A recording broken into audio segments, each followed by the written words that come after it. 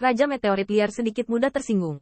Bagaimanapun juga, semut-semut ini tidak ada habisnya. Sama menyebalkannya dengan lalat. Dia mengepalkan tangan di udara. Hanya satu tindakan ini yang mengubah semua umat manusia di depannya menjadi buih darah. Bahkan Jiang Buyong tiba-tiba gemetar. Tali busurnya putus.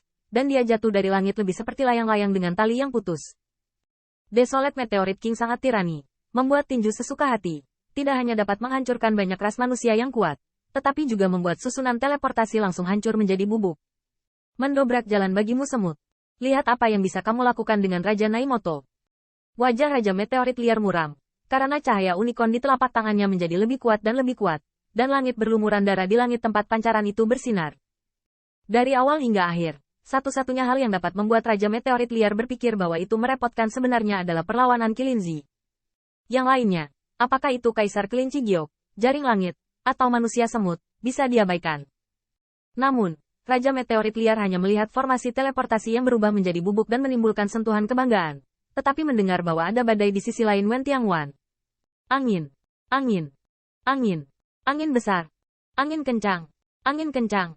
Raja Meteorit Liar tiba-tiba mengangkat kepalanya, dan melihat semut padat yang tak terhitung jumlahnya, seperti belalang. Terbang, itu adalah arah klan Kaisar Ke. Sama seperti Raja Meteorit Liar melakukan tendangan voli dan tinju, dalam ras manusia, susunan teleportasi bersinar, dan ada tetua yang bertanggung jawab untuk mempertahankan formasi. Orang-orang muda berdiri di depan. Wanita tua dan lemah dan anak-anak ada di belakang. Jangan berkerumun. Para tetua yang bertugas menjaga ketertiban sangat cemas dan bahkan lebih merepotkan, karena bukan orang muda yang berada di depan yang ramai, tetapi wanita dan anak-anak tua dan lemah yang tidak mau berada di belakang. Ada tikus yang menggendong anak-anaknya, dan ada orang tua yang bahkan berjalan dengan kruk. Kekuatan mereka rendah, dan kekuatan darah di tubuh mereka sangat lemah sehingga mereka bisa diabaikan. Tapi sepertinya ketika harga sayuran di pasar paling murah, mereka belum melihatnya ramai begitu. Bayi kecil, siapa kamu? Apakah kamu tahu apa itu wanita pertama? Minggir. Jika ada yang berani menyentuh Lao Su akan jatuh ke titik ini, dan dia akan bergantung pada keluargamu selama sisa hidupnya. Orang tua yang bertanggung jawab menjaga ketertiban sama besarnya dengan perkelahian. Wanita dan anak-anak tua dan lemah ini tidak dapat dipukuli atau dimarahi. Mereka bahkan mengandalkan yang tua dan menjual yang tua daripada mengandalkan diri mereka sendiri sebagai wanita, mendorong yang muda dan gadis kembali. Lagi pula, seorang lelaki tua bersandar pada tongkat dan memegangnya dengan liar, berjalan ke arah lelaki tua itu dengan gemetar.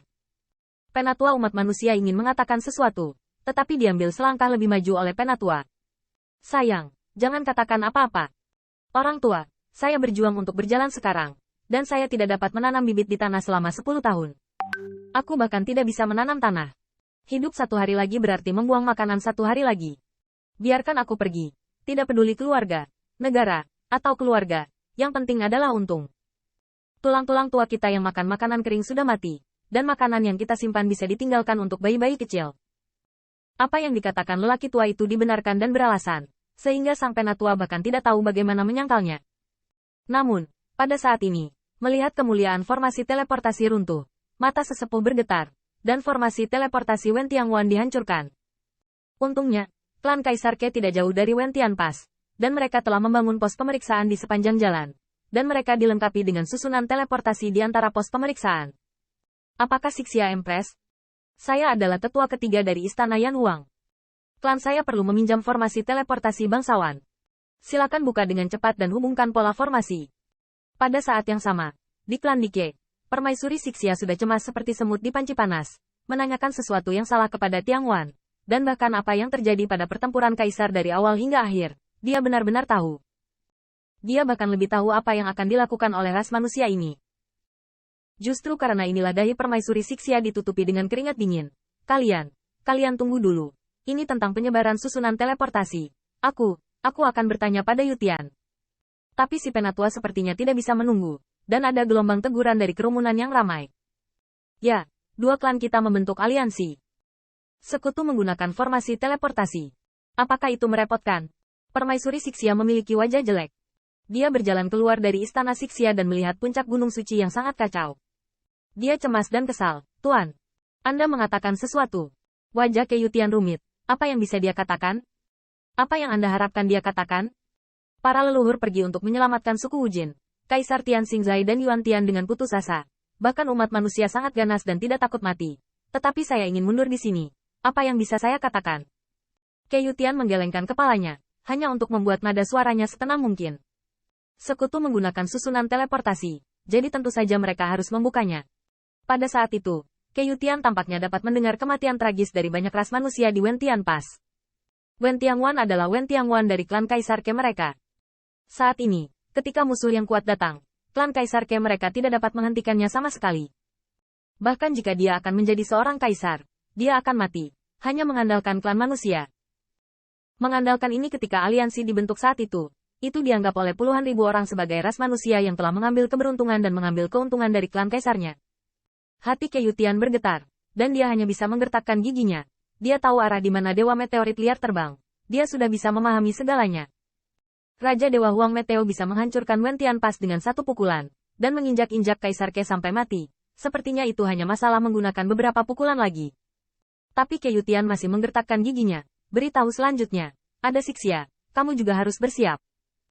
Kami baru saja mengaktifkan formasi teleportasi, tetapi jika Raja Dewa datang untuk menyerang, itu adalah serangan terhadap bintang klan kami. Mereka yang melanggar wilayahku harus bertarung.